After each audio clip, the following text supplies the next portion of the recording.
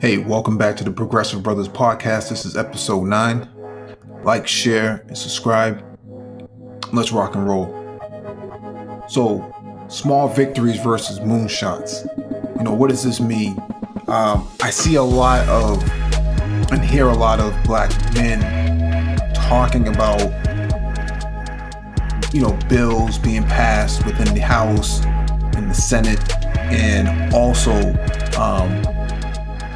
getting political victories by having their name embroidered in these sort of bills and these documents that get passed through, the House, the Senate, and the three branches of government, and executive orders.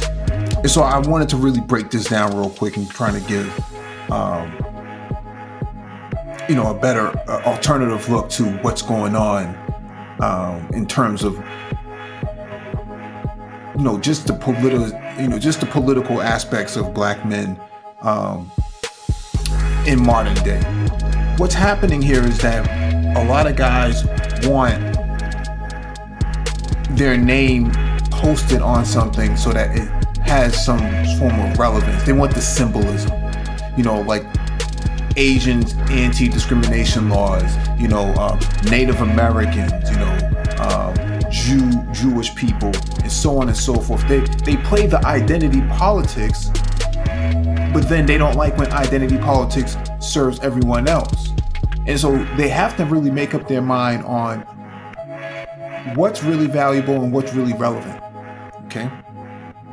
A small victory would be like decriminalization of marijuana, getting rid of stop and frisk, things of that nature are what we consider to be small progressive victories. But when it comes to a moonshot means that there's something big and tangible that is going to be achieved at the end of the day. And so you have to ask yourself, is it the moonshot that you're looking for, or is it the small victories? Having your name embroidered, whether it's ADOS or FBA or whatever it is, you have to ask yourself, what's more important? Is it the small victories, or is it the moonshot that you're looking for? Me personally, I like both, but the small victories come before the moonshot. You can't have a moonshot unless you get the small victories on the ground first. The small victories are where you build up a track record and you have a portfolio of agendas that you've gotten across. The moonshot is something that is extraordinary, that hasn't been done before, that people are going to have to get behind unanimously in order for it to work.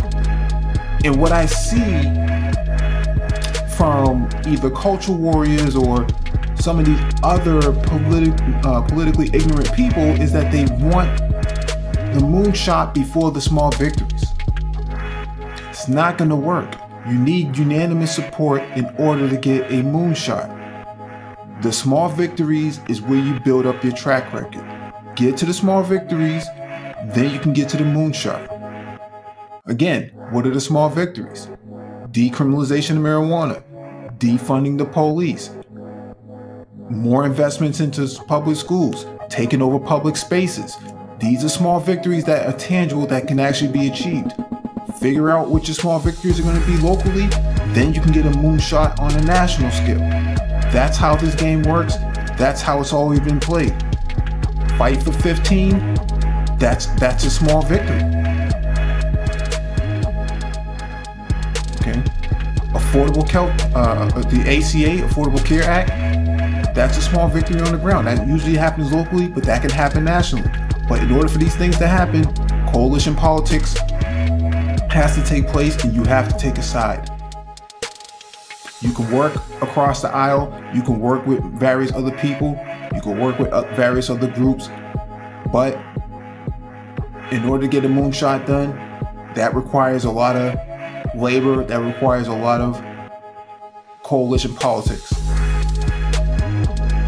Cross-pollination of ideas, all of that matters.